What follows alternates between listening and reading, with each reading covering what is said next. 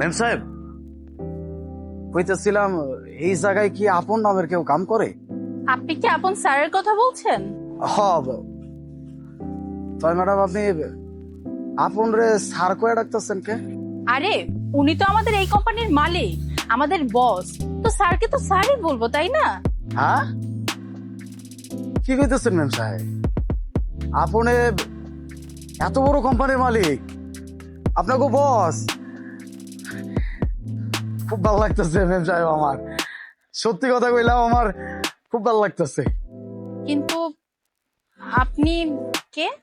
আমি আমি আপনের বড় ভাই, গ্রাম থেকে আইছি।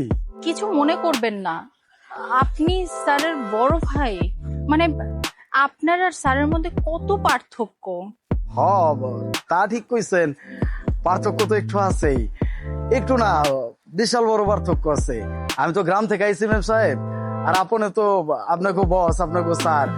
আমার বেশভূষায়, আমার পোশাক আশাকে তো একটু পার্থক্য আছেই। তাই আমি সত্যি ওর বড় ভাই, আমি সেই বড় ভাই যেই বড় ভাই ওরে শহরে আসতে বারণ করছিলাম। ভাইজান, আমি আর এই গ্রামে থাকবো না, আমি শহরে যাবো। শহরে যাবি মানে? শহরে কেন যাবি? শহরে যা কি করবো মানে? শহরে যাবো, আমি চাকরি করবো, চাকরি করে টাকা উপার্জন করবো, কইরা আমার নিজের নামে একটা কোম্পানি দিয়ে বমু। আমি এর লেগেই তো এত লেখাপড়া করছি, এত লেখাপড়া কইরা এই গ্রামে কি আমি খাতে খামারি কাজ করবো? কখনো না। আর আমার জীবন সুন্দর করতে হইব, আর আমার জীবন সুন্দর করতে হইলে না আমার শহরে যাইতে হইব, মানে যাইতে হইব। এই, মানুষের জীবন চালানোর জন্য শহরে যাওয়া লাগে নাকি রে? হ্যাঁ, আমারে দেখতেছস না? বাপরে দেওস নাই, দাদারে দেওস নাই? আমাকে বড় দাদা, দাদা, বাপ, আমি সবাই এই জায়গায় জন্ম হইছি, এই জায়গায় বড় হইতেছি, এই জায়গায় নিজেকে জীবন পার করতেছি। হন, শহরে যাওয়ার কোনো দরকার নাই। এই গ্রামে নিজের জমিতে চাষাবাদ করবি, গোয়ালের গরু পালবি, গরুর দুধ পানাবি, এইগুলা দিয়েই তো সংসারটা খুব সুন্দরভাবে চলে যায়। আর তাছাড়াও নিজের পরিবারের সাথে থাইকা দুই বেলা দুই মুঠ ভাত খাইতে পারলো শান্তি। শহরে যাওয়ার দরকার নাই। ভাইজান দেখো, আমার বাপে জীবন নষ্ট করতে পারে, আমার দাদাই জীবন নষ্ট করতে পারে, আমার বড় দাদাই জীবন নষ্ট করতে পারে, কিন্তু আমার জীবন আমি নষ্ট করতে পারবো না।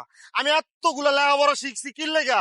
নিজের ভালোর লেগা, নিজে কিছু করতে পারবো এর লেগা। আর আমি যদি কিছু করতে চাই না, আমার শহরে যাইতে হইব।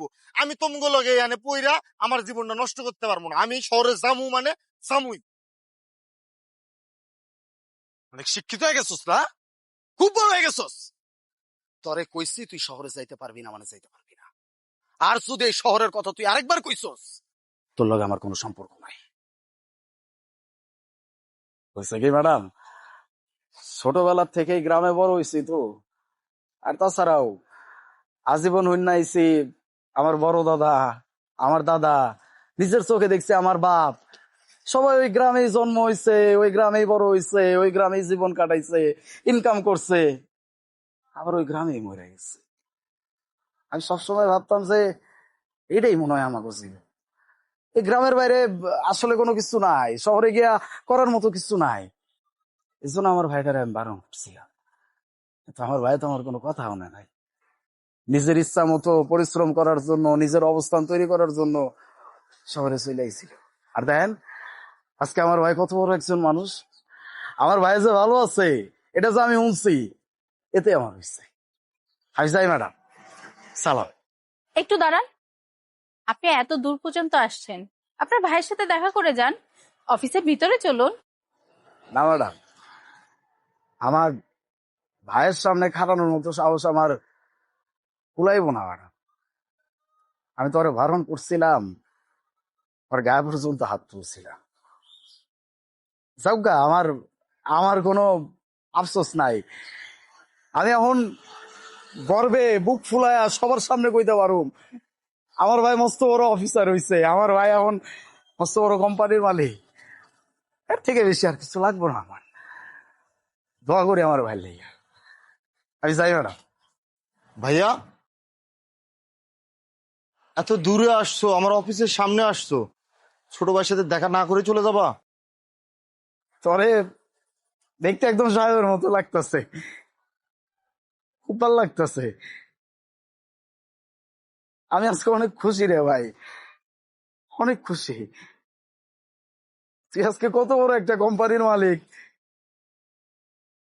তোর টাকা দিয়ে কত মানুষ কাম করে, তোরা সবাই স্যার করে ডাকে, এই যে এই মেম সাহেব তোর একটু আগে স্যার করে ডাকছে, আমার খুব ভালো লাগতেছে।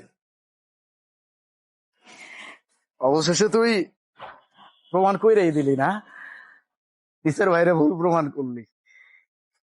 মানুষ যদি ইচ্ছা করে, মানুষ যদি চেষ্টা করে, মানুষ সবকিছু করতে পারে। আমার ভাই প্রমাণ কইরা দিচ্ছে, আমার গর্বে বুকটা ভরাই গেছে রে। যখন শুনছি তুই মস্ত বড় মানুষ হয়ে গেছিস, আমি খুব শান্তি পাইছি, আমার কোনো আফসোস নাই। তুই তোর ভাইডারে মাফ কইরা দিস, তোর ভাই তোর বাধা দিছে, মাফ কইরা দিস। ভাইয়া তুমি এটা কি করতেছো? তুমি যদি আমার কাছে মাপ চাও, আমি তোমারে কোনোদিন আমার এই মুখ দেখাইতে পারবো না। আমার বুকে আসো।